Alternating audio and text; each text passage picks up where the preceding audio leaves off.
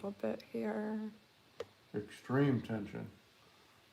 You know, he seemed pretty cool and calm to me, though, during that interview. No. Like, he seemed more nervous in the Wisconsin interview than the TV one. Voice manipulation.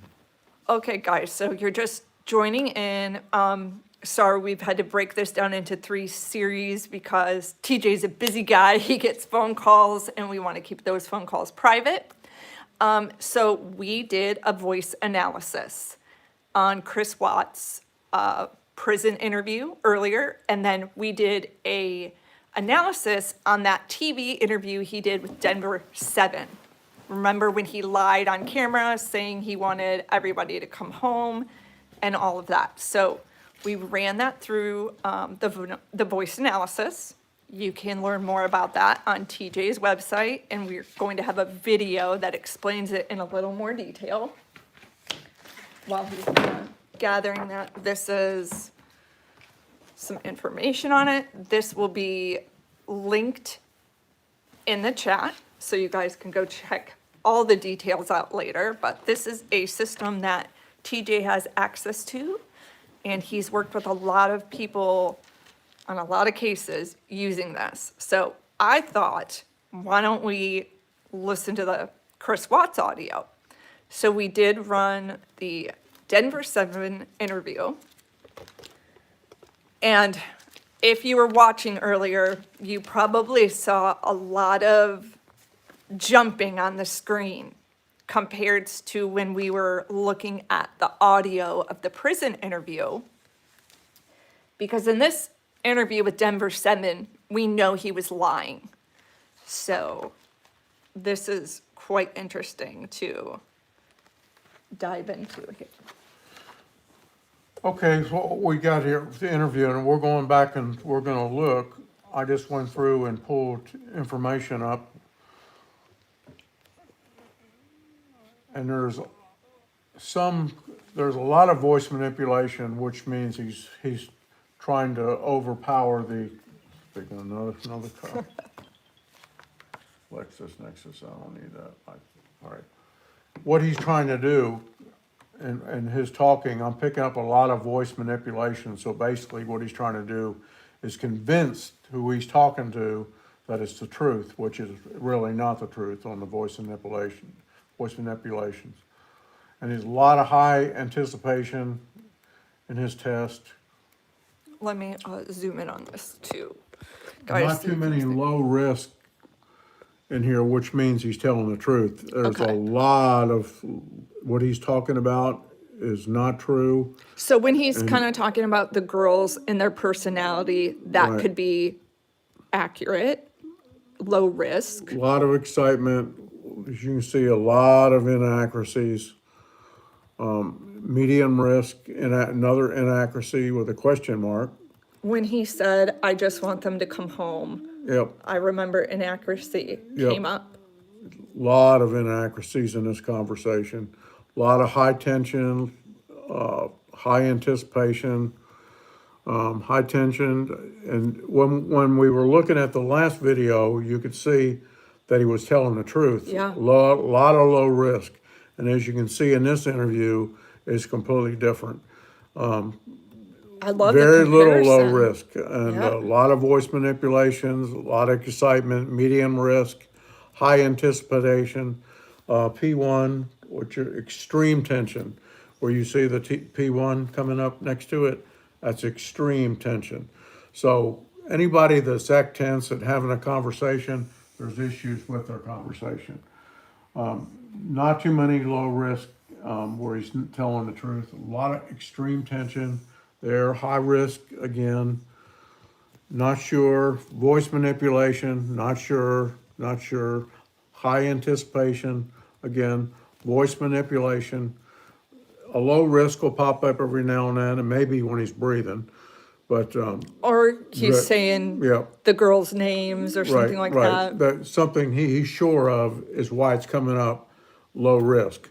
But a lot of inaccuracies, a lot of voice manipulation, and in this conversation, high anticipation. P1 again, extreme tension. What he's talking, He's not comfortable to what he's talking about, is why it's coming up. A high Yeah, anticipation is, and you have to understand, each one of these things that are coming up that's looking at what he's saying is 1.5 second of what he's talking about. Wow.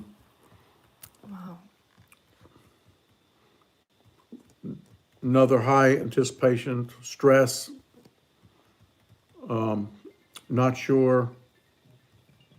Hold on 1 second. Yeah. Hello?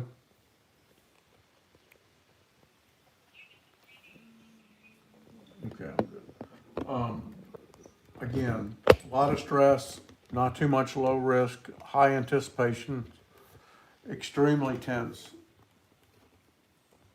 So there's a lot of issues with this conversation that I would be concerned about if he's telling the truth. Lots of problems, high anticipation. So this is a very questionable interview about what you can believe and what you can't believe. And this is a TV interview, so imagine if, I know if he was sitting down with law enforcement on his first time, there would be a lot of problems. And what he's trying to do is trying to convince this TV series or show that he's Reporter. talking to reporter Yeah. of what transpired, which actually you can see with all the high anticipations and false statements, he's not telling the truth. This is something that I'd be really concerned about from this conversation. But, I mean, I can see it. what's interesting too is There's a you- 4 coming up. we're able to get this to the Frederick PD before they even brought him in. You kind of know right off the go, like, Yep. we need to start questioning him and grilling Exactly. down. You see Because, this here? Suspected P4? okay, let's take That's a a look at it. controlled conversation. He's trying to control the conversation. Okay, that Okay, is an that's what that interesting one. means.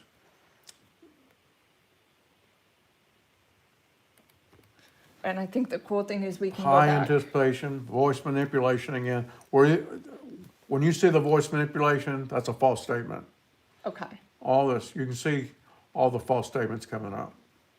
They've changed it. It used to say false statement, but now it's saying voice manipulation. And for purposes of Legal purposes. liability. yeah, Yep. So it's high anticipation.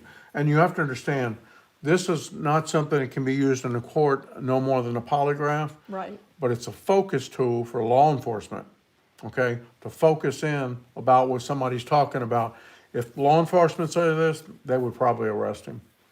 but if they that's did. the interesting thing is even though this can't be held up in court, we just did a comparison of when he's telling the truth and when he's lying. Exactly. And we can We can see the this and we're not difference. even, you know, This conversation here is completely different than the first one we did. right, Totally. And this is before he did this conversation after he was convicted. This is before he was even arrested. right, Yeah. And there's a lot of problems with it, a lot of problems. There's another P1 extremely tense coming up. So he's trying to convince who he's talking to with this conversation, and you can see it's not true. yeah, There's a lot of problems with this conversation, lots of problems. And law enforcement would have went home with this. yeah, So, I mean, we can see what's transpiring in the course of this conversation, completely different than the one we did the first time, after he had already been arrested, convicted, and in Yep. jail. When he's Not gonna face just, all, any what he more was doing charges. in the other one was just reviewing what he talked about before, and obviously, he knew that he couldn't change his story because it was already proven to what he said. This is before he even had conversation with law enforcement, with the media, and you can see he's trying to convince them of what his story is, which is telling us that it's not true. I mean, all these high anticipations and then inaccuracies are false statements. All false statements. I mean, you can see how many of them there are. So probably when he's saying, I don't know where they went, Yep. because See, we know, that's a false statement. That's a false statement. We can, extremely tense again, high anticipation, false statements. Inaccuracies, false statements.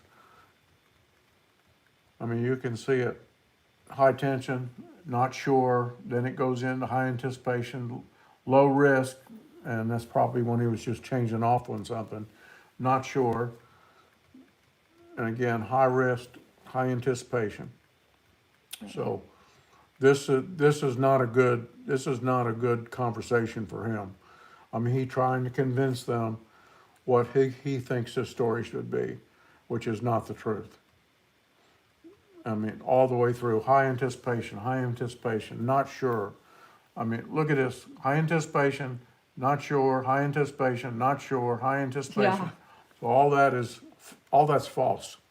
All that's false. So that's gotta be the chunk where he's Yeah, talking about, yeah. I don't know what And see, happened, or. with these numbers in here, I don't need to get into it, it'd be Yeah. too complicated.